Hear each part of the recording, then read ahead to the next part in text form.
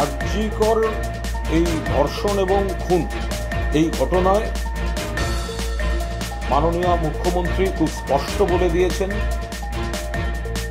আমাদের দলের সাধারণ সম্পাদক অভিষেক বন্দ্যোপাধ্যায় বলেছেন, আমরা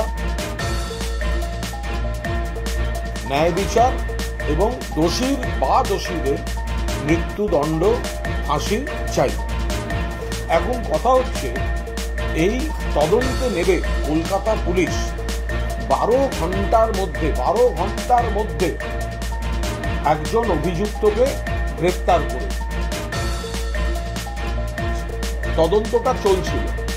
মুখ্যমন্ত্রী বলেছিলেন আর 2-3 দিন সময় পেলে, 3-4 দিন সময় পেলে এটা একটা ব্রেক থ্রুতে যাওয়া যেত, না হলে সিবিআইয়ের হাতে দিয়ে দিত। তো মাঝপথে সিবিআই এর হাতে চলে গিয়েছে, আমাদের কোনো আপত্তি নেই। কিন্তু তারপর থেকে সিবিআই কি করছে? কিন্তু সিবিআই রেজাল্টটা কোথায় দিতে পারছে? গতকাল আমরা দেখেছি সুপ্রিম কোর্টেও সিবিআই এমন কিছু বলতে পারেনি যাতে মনে হয় তদন্তটা কিনারার দিকে যাচ্ছে। কিন্তু আমরা এখনো পর্যন্ত যা খবর পেয়েছি তাতে আজ অ্যাকিউজকে কোর্টে প্রোডাকশনের সময়ও সিবিআই নিশ্চিত করে বলতে পারেনি সেই খুনি, সেই একমাত্র খুনি নাকি আরো কেউ আছে। তদন্তের কোনো কিনারা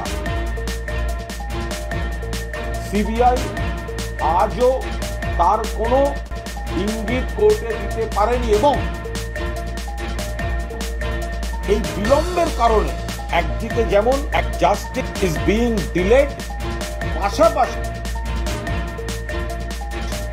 বিভিন্ন ধরনের সন্দেহ, বিভিন্ন ধরনের ফেক নিউজ, বিভিন্ন ধরনের রাজনীতি করার সুযোগ করে দেওয়া হচ্ছে।